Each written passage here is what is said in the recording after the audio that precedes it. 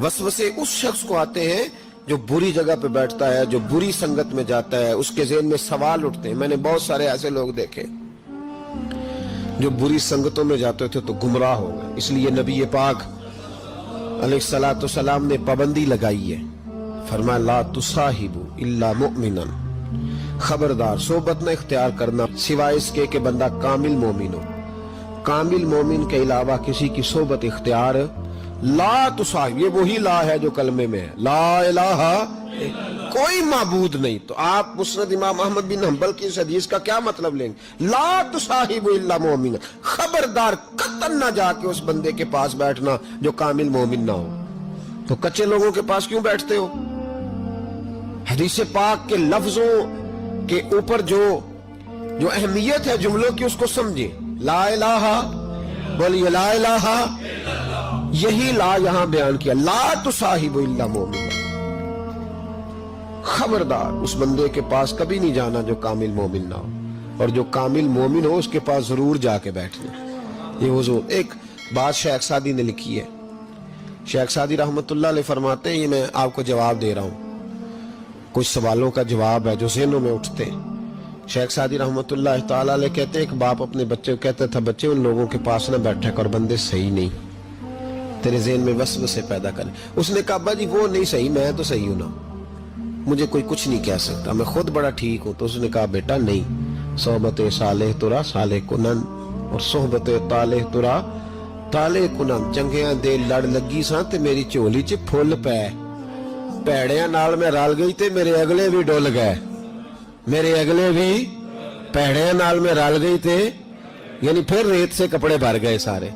कहा शेख सादी कहते उस वालिद ने अपने बच्चे को समझाया, कहा ना जा उधर वरना तो। उसने कहा अब्बा मैं जब ठीक हूं तो मेरा कोई क्या बिगाड़ लेगा, हमें बड़ी जल्दी ये गुमान हो जाता ना मैं कामिल हो गया हूं, मेरा कोई क्या बिगाड़ लेगा, मैं जाऊंगा।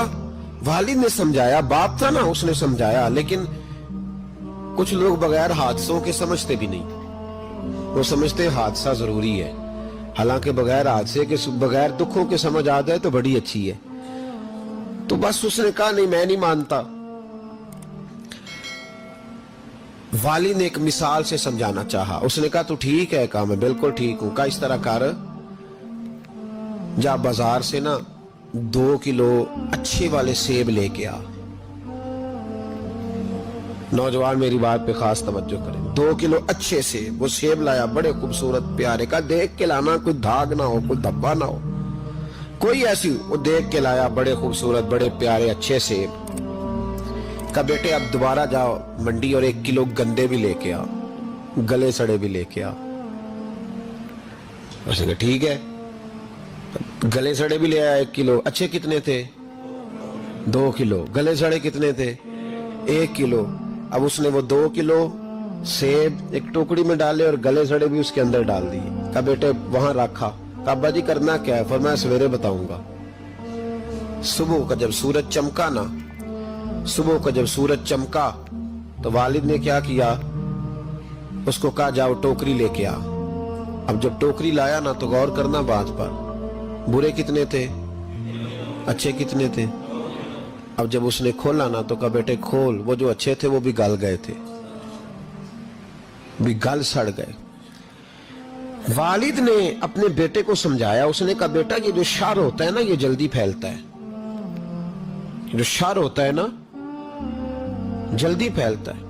नापाकी थोड़ी सी होती है पर गुस्ल सारे वजूद को करना पड़ता है, सारे वजूद को नापाकी थोड़ी सी होती है, पर आप देख लें कि उसके लिए सारा बदन दोबारा से, तो शर थोड़ा सा भी आए तो मैल कुचैल कर देता है।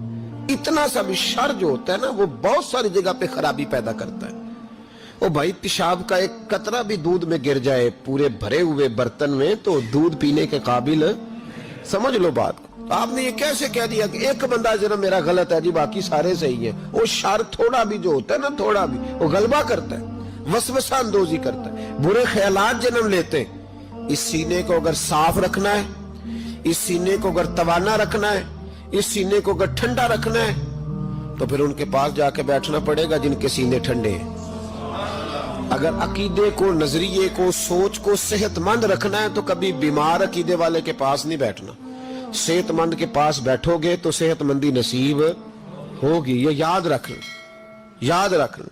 چنگے بندے دی صحبت یارو وانگ دکان اتاراں، سودا پاویں مول نہ لئیے، ہلے اون ہزاراں. نہ خرید بے شک کوئی شے، خوشبو تو آئے گی نا. اور میں تجربے کی بات بتا رہا ہوں، اللہ کے ولی کے پاس، عالم باعمل کے پاس جو چند گھڑیاں بیٹھ جائے چاہے کچھ نہ سیکھے، اللہ اس پر رحمت کی چھتری پھر بھی عطا فرما دیتا ہے. یہ بڑی پکی بات ہے یاد. کچھ نہ سیکھے بے شک اسے خیر ضرور ملتی ہے. چنگے بندے دی صحبت یارو وانگ دکان اتاراں، سودا پاویں مول نہ لئیے، ہلے اون ہزاراں. ہزاراں، ایک دو تین نہیں، ہزاراں. برے بندے دی صحبت یارو وانگ دکان لواراں، کپڑے پاویں کنج کنج پئیے، چھنکاں پین ہزاراں. پھر بھی جب وہ ویلڈ کر رہا ہوتا ہے تو کوئی نہ کوئی چیز لگ ہی جاتی ہے. اس سے مراد یہ نہیں کہ لوہار برا ہے، لوہار تو بڑے اچھے ہوتے ہیں. نبی پاک علیہ السلام نے اپنے صاحبزادے کو ایک لوہار کے گھر میں بھیجا تھا پرورش کے لیے، حضرت ابراہیم. صرف میں اس کے کام کے حوالے سے جو بزرگوں نے نشاندہی کی اس پر، ہمارے ہاں بڑی جلدی لوگ جڑ دیتے ہیں نا باتیں، اس لیے فٹافٹ وضاحت ضروری ہے. بھائی یاد رکھ لیں، چنگے بندے دی صحبت یارو وانگ دکان. اگر برے نظریے سے بچنا چاہتے ہو تو برے بندے سے بچو. اگر آپ وسوسوں سے بچنا چاہتے ہیں تو وہ کھڑکی بند کرے جہاں سے وسوسہ آتا ہے، اس کو بند کر دیں.